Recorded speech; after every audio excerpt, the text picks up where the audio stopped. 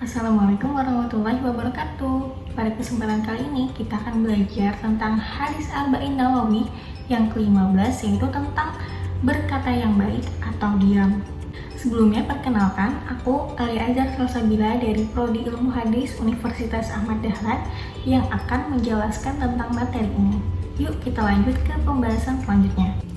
Nah, hadis Arba'in Nawawi yang ke-15 yang akan kita bahas pada hari ini yaitu bunyinya An Abi Hurairah radhiyallahu an qala Rasulullah sallallahu alaihi wasallam man kana yu'minu billahi wal yawmil akhir falyaqul khairan aw liyasmut wa man kana yu'minu billahi wal yawmil akhir falyukrim jarahu wa man kana yu'minu billahi wal yawmil akhir falyukrim dhaifahu. Nah, arti dari hadis itu adalah bahwasanya Abu Hurairah mendengar dari Rasulullah SAW yang berkata, barang siapa yang beriman kepada Allah dan hari akhir, hendaknya dia berkata yang baik atau diam. Dan barang siapa yang beriman kepada Allah dan hari akhir, hendaknya dia memuliakan tetangganya. Dan barang siapa yang beriman kepada Allah dan hari akhir, hendaknya dia memuliakan tamunya. Hadis ini diriwayatkan oleh Bukhari dan Muslim. Secara umum, hadis ini tentang akhlak seorang muslim yang menunjukkan keimanannya dengan cara memuliakan tetangganya, memuliakan tamunya, dan juga berkata yang baik. Imam Muslim memasukkan hadis ini ke dalam kitab iman. Artinya apa? Iman itu dapat digambarkan melalui keteguhan dan juga perbuatan, sehingga orang yang baik imannya maka sudah pasti dia akan memuliakan sesama dan juga menjaga perkataannya. Selanjutnya kita bahas dari segi bahasanya nih. Yang pertama ada kata liyasmut yang diambil dari kata somata yasmutu yang artinya adalah diam. Lalu ada kata jarun yang artinya adalah tetangga.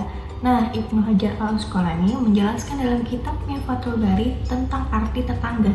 Jadi tetangga itu adalah 40 rumah ke depan dan 2 belakang dan 40 rumah ke samping kanan maupun kiri.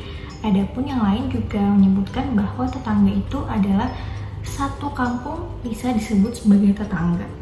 Dan yang terakhir ada kata doifun, yaitu artinya adalah tamu. Tamu itu adalah orang yang datang ke rumah kita, baik tetangga kita maupun saudara kita, keluarga kita. Poin pertama dalam hadis ini adalah bukti kesempurnaan iman. Tadi kan disebutkan di dalam hadisnya, barang siapa yang beriman kepada Allah dan hari akhir, hendaknya dia melakukan sesuatu yang terdapat dalam hadis tersebut yang dikatakan sesudahnya, yaitu berkata yang baik ataupun diam, memuliakan tamu dan juga tetangga. Ketika seorang muslim sudah melaksanakan ketiga hal tadi, maka semakin sempurnalah imannya, karena iman itu dicerminkan melalui perbuatan. Poin yang kedua adalah hubungan antar masyarakat, karena Islam bukan agama yang individual. Islam juga mengatur hubungan antar masyarakat selain dengan hubungan hanya kepada Allah, karena Islam itu menghendaki kehidupan yang damai, aman, tentram, dan rukun dalam kehidupan beribadah kepada Allah dan juga kehidupan sehari-hari. Berkata yang baik atau diam dan juga memuliakan tamu dan tetangga itu merupakan salah satu bentuk wujud kita untuk menjaga kedamaian dengan masyarakat. Jadi hadis ini mengajarkan kita tentang hubungan kita terhadap sesama manusia atau yang biasa disebut dengan hablum minan nas. Poin yang ketiga adalah berkata yang baik. Tadi dalam hadis sudah disebutkan, barang siapa yang beriman kepada Allah dan hari akhir, hendaknya dia berkata yang baik atau diam. Dalam kalimat tersebut mengandung 2 adab berbicara. Yang pertama, ketika dia berbicara, dia harus mengatakan hal-hal yang baik saja. Dia tidak boleh berkata yang kotor, seperti berkata tentang kebohongan, berkata yang tidak ma'ruf, berkata dengan kata-kata yang tidak baik lah intinya. Kemudian dia berkata fitnah dan lain-lain, itu tidak diperbolehkan. Jika dia tidak mengetahui tentang hal tersebut, maka dia lebih baik diam dan tidak perlu ikut ke dalam pembahasan yang tidak diperbolehkan oleh Allah. Karena seorang muslim itu harus menjaga lisannya, karena lisan itu adalah bumerang bagi diri kita sendiri. Kan kita sering mendengar bahwa lisanmu adalah harimaumu. Di dalam hadis lain itu dikatakan muslim yang sejati adalah dia yang menjaga lisannya dan juga tangannya, sehingga sebisa mungkin untuk kita menjaga lisan kita. Lalu poin yang keempat adalah menghormati tetangga. Tadi di dalam hadis sudah disebutkan, barang siapa yang beriman kepada Allah dan hari akhir, hendaknya dia memuliakan tetangganya. Tetangga adalah orang yang ada di sekitar rumah kita.